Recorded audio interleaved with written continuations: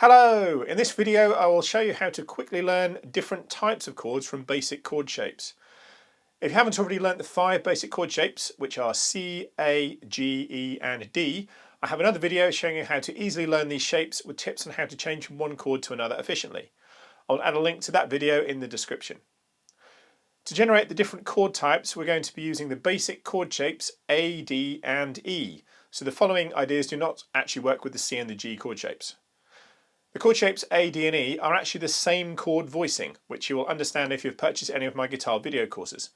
This means that whatever you do to one of the shapes, you can apply the same rule to the other 2 chord shapes. This is great as we get 3 for the price of 1 and it saves a lot of learning.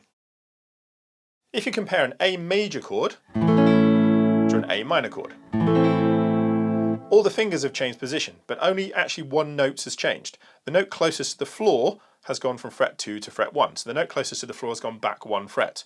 On the A chord, the first and second fingers are on fret 2 on the D and the G strings. When I change to the A minor, it's the same notes just with different fingers. So the formula to remember is, if you want to turn the A to an A minor chord, the note closer to the floor goes back 1 fret.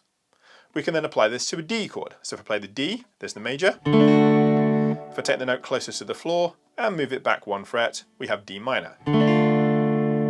And finally, if I play the E chord, note closer to the floor is this first finger. It's on fret 1, so to move it back a fret just becomes the open string. And we have the E minor chord. If I now go back to the A chord, we're now going to play major 7 chords. For this, we're going to take the middle note and move it back 1 fret. So if I move from fret 2 to fret 1, we have an A major 7 chord. If I do the same thing with the D, the middle note is this third finger.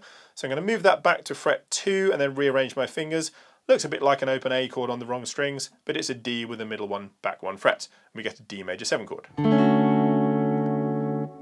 then the E chord, the middle note on the E is this third finger. If I move that back 1 fret, it goes to fret 1, and we get this sound. This is not a great voicing for a major 7 chord. It's fine if I don't play the high E string. If I include the high E string, it doesn't sound that great. So don't worry about that for the moment. If we go back to the A chord again, the A dominant 7 is if you take the middle note and move it back 2 frets. So we're currently on fret 2, back 2 frets mean we get the open string. And then if I apply the same thing with the D chord, move the middle one back 2 frets, so from fret 3 to fret 1, we have the D7 chord, and finally the E, take the middle note, move it back 2 frets, and we have the E dominant 7 chord.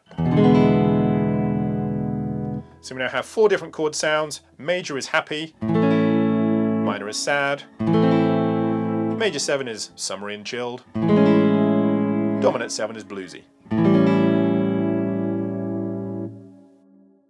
Symbols for each chord type can vary. Minor is commonly a lowercase m, or it can be a dash. Major 7th is written MAJ7, or a triangle before the 7.